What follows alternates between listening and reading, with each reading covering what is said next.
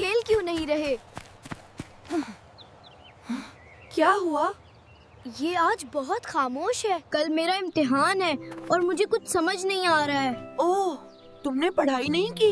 की थी, लेकिन सब भूल गया हूँ। जब हम परेशान हों तो हमें दुआ करनी चाहिए।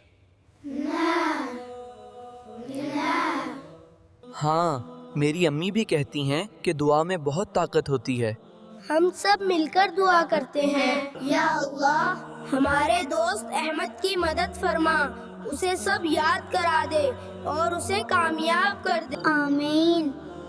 या अल्लाह, मैंने मेहनत की है, अब आप मेरी मदद फरमाएं। मुझे हिम्मत दें और सब आसान कर दें। आमीन। अल्हम्दुलिल्लाह, मुझे सब याद आ रहा है। अहमद, पता है क्या हुआ? हम मैच जीत गए। सच में?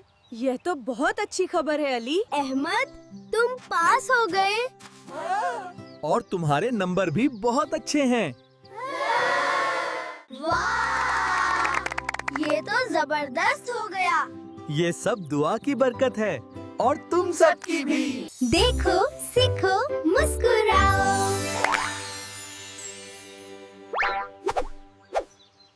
हमने सीखा कि सिर्फ मेहनत काफी नहीं, दुआ भी बहुत जरूरी है, क्योंकि दुआ सब कुछ बदल सकती है।